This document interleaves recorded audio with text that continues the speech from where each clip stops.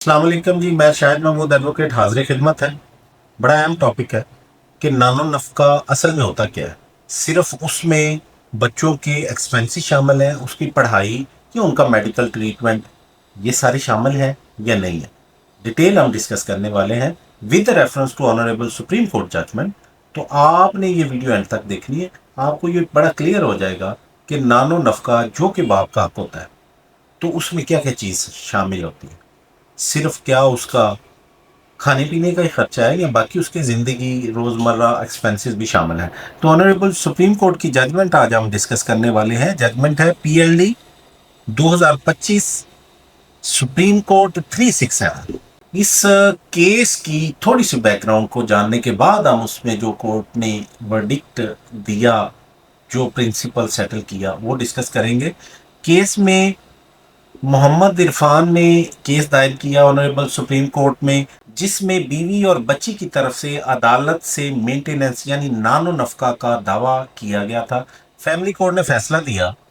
फैसला अहम है क्योंकि इसकी बेस पे ही आगे सारी अंडरस्टैंडिंग हमारी बनेगी।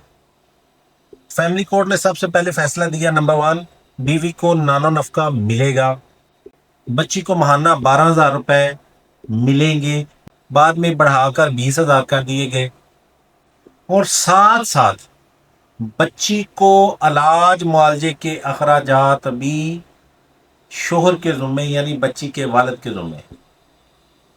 इस केस में सबसे अहम नुक्ता ही यही है कि क्या इलाज मुआवजे को मेंटेनेंस के ज़ुमरे में लिया जाएगा या नहीं। मोहम्मद इरफान ने हाई कोर्ट और फिर सुप्रीम कोर्ट तक अपील की कि इलाज मुआवजा मेंटेनेंस में नहीं आता।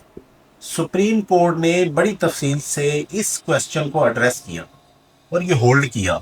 नंबर 1, इस्लामी कवानीन और ख़ानदानी कवानीन के तहत नानो नफ़का एक वसी इस्तिलाह है।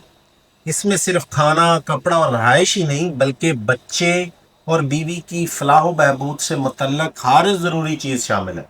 नंबर 2, क्या होल्ड किया, अदालत ने कहा कि लफ्ज़ नानो नफ़का महदूद नहीं किया जा सकता।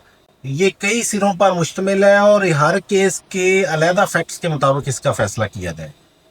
अगर इलाज मुआवजे को मेंटेनेंस से खारिज कर दिया जाए तो बीवी और बच्चे सेहत के बुनियादी हक से महरूम हो जाएंगे, जो कि इस्लाम और आइन दोनों के खिलाफ है। आखिर में सुप्रीम कोर्ट ने हाई कोर्ट के फैसले को बरकरार रखते हुए मेडिकल ट्रीटमेंट को मेंटेनेंस का हिस्सा करार दे दिया।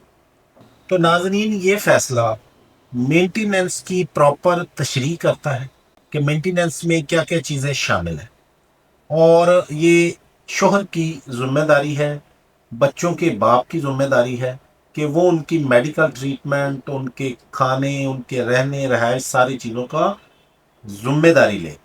अदालत ने इसमें मेडिकल पे जो स्पेसिफिकली ये जजमेंट आई कि मेडिकल ट्रीटमेंट भी मेंटेनेंस का हिस्सा है।